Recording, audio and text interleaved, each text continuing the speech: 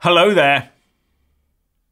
The huge divide between the Brexit demands of the UK and those of the EU threatens to end in a no-deal Brexit, says Michel Barnier.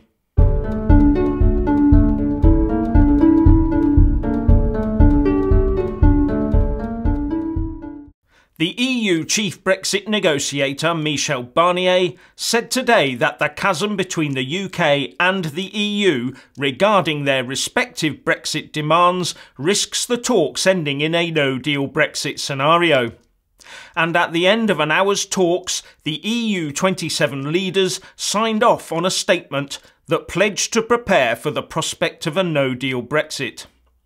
That statement, issued today, ends by saying, "The European Council renews its call upon Member States, Union institutions and all stakeholders to step up their work on preparedness at all levels and for all outcomes." And that is diplomatic speak for preparing for no deal. As I and others have said all along, the UK should have put all its efforts into securing its no-deal Brexit position, starting back on the 24th of June 2016.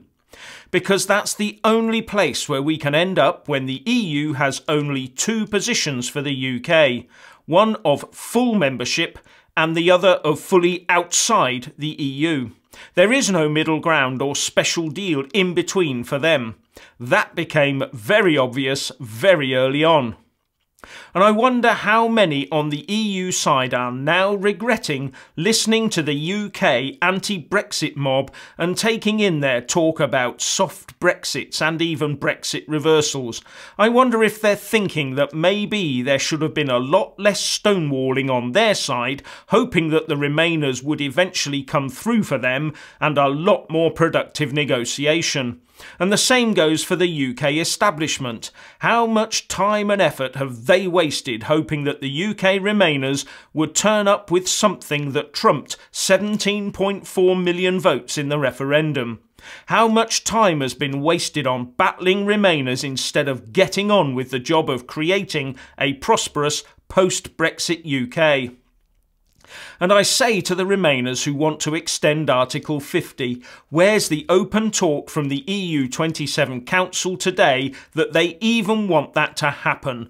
None of that is in their statement as far as I can see. They're now talking about a no-deal Brexit. That's from the EU, not from the UK. I'll put that another way. The EU is now openly talking about a hard Brexit, not a Brexit reversal. Both sides must have been watching the antics of the UK anti-Brexit gang over the last 2 years, hoping that somehow they would identify a chink in the Brexit armour and so give the UK politicians the excuse to try and reverse the Article 50 process. All that wasted time and effort listening to the losers instead of listening to the winners.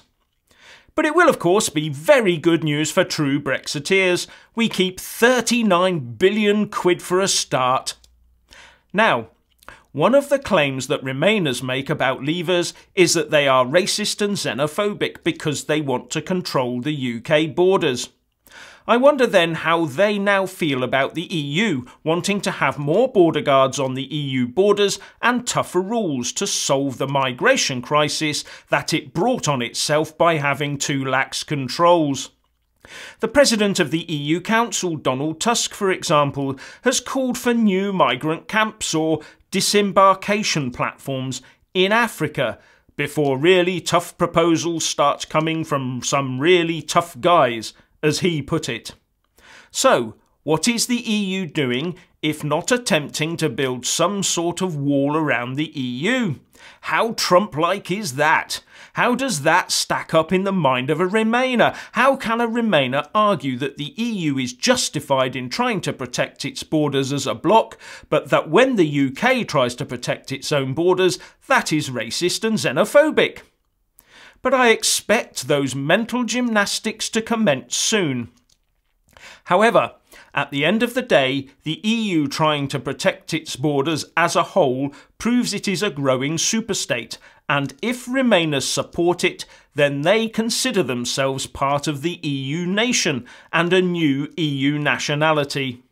In fact, they could be seen as EU racists and should be no-platformed and have their Twitter and YouTube and Facebook privileges removed forthwith. And finally, in disappointing news, disappointing for the Remainers that is, there's a massive despite Brexit to announce. The UK defence giant BAE Systems has announced it has seen off rival bids from Spanish and Italian companies for a multi-billion-pound deal with the Australian government to build 9 of a new Hunter class of frigate based on the Type 26 frigates that BAE already produces, as part of a £20 billion defence programme. The Australian Prime Minister Malcolm Turnbull called it a great day for the security of Australia, and that this was the largest defence investment in peacetime by an Australian government. Oh, and another one. JCB is investing £50 million in a new factory in Uttoxeter, Staffordshire, next to its 2 existing plants. This new facility will be very high-tech and will be able to produce 100,000 cabs a year. JCB CEO Graham MacDonald said, "This new factory will be the most advanced and productive cab facility in the world and will bring even greater levels of efficiency to the business.